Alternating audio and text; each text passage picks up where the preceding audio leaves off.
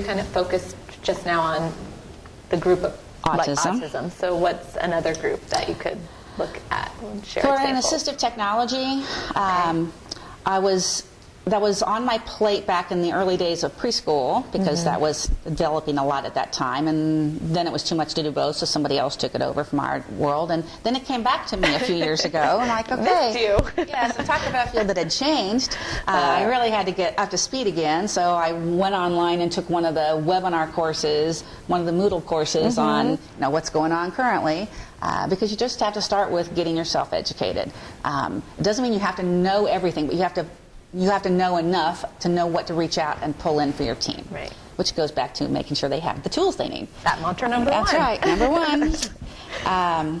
And so getting, the current time has been since 2009 till now. My role is more the facilitator for each of the districts to have their own teams up and running. So that just started with me meeting with them individually, with their directors, and saying, okay, these are the kinds of steps we have to get in place. We did it before as a co-op, but now here it is at the district level. So let's keep meeting over the course of that year and a half or so, and we need to figure out how you want to do these things, and I'll give you resources, but you still have to decide on your own. And then once they had some teams implemented, it was like, well, now they need some more support. They need more knowledge base.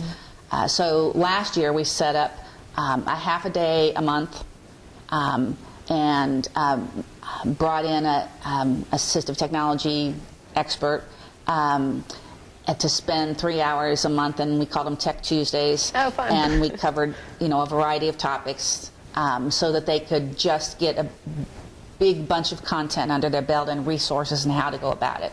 And then we support them with some individual case evaluations or assistance as they need to, because you might have taught them how to do 80% of them, but the other 20 are really unique and have to have some specialized set of eyes. Yes.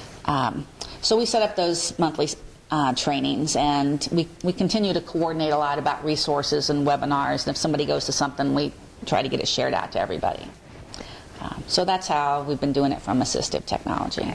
Okay, so we've hit autism, assistive technology. What else do you have for us, What Nancy? else on the plate? Well, the whole IEP training piece, I think, is really important, because we happen to use the electronic versions. Not everybody does, but most people do in the state.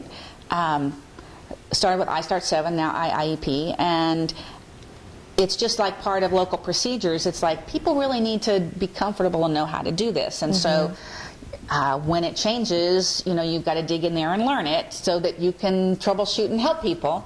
So going to all the train-the-trainer events, considering our local differences and procedural needs. One district doesn't want to do it a certain way.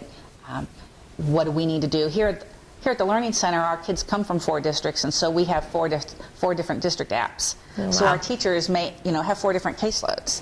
But they know how to do that now. That's good. So, right, and the whole business about the M-Team leader and the Learning Connections community for getting information, and going to the IEP Resource Center for stable information and not everybody's comment of the day.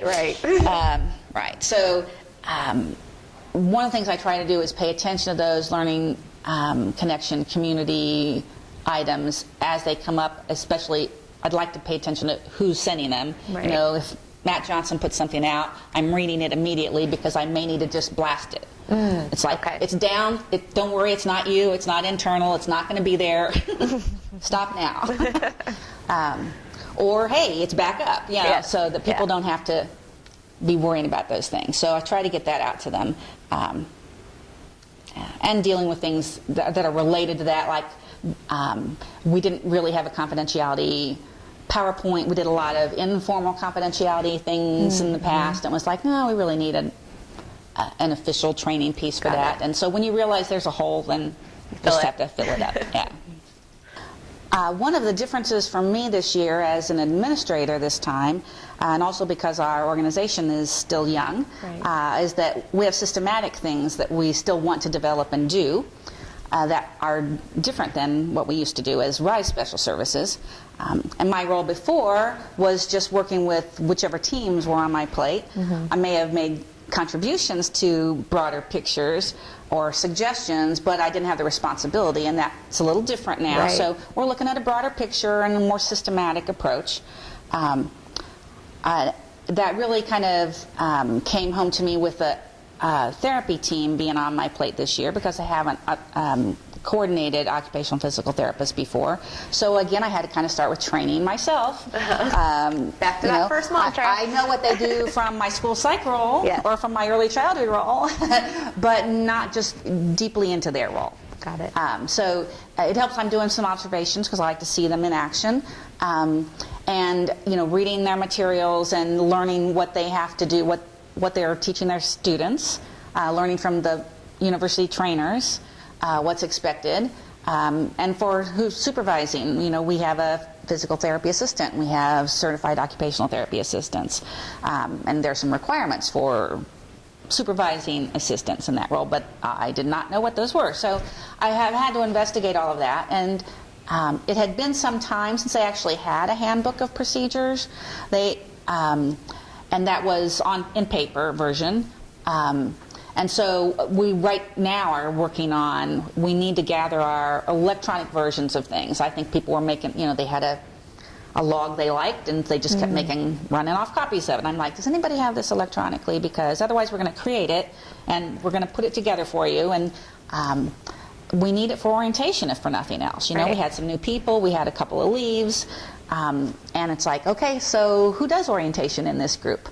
Well, we all just kind of pitch in. Well, that's good, but we need to make sure we've covered everything. So we're kind of recreating everything that I've done in the past with early childhood and with autism and with psych, but I knew the content of those better. Right. So that's a little bit more of a stretch for me, but we're just pulling everybody's knowledge base in to do it, and getting them on the Learning Connection communities as well. I'm not sure that they all had awareness that those existed. Got it. Well, that's helpful, and it's good to get your perspective across all the groups, so we appreciate that.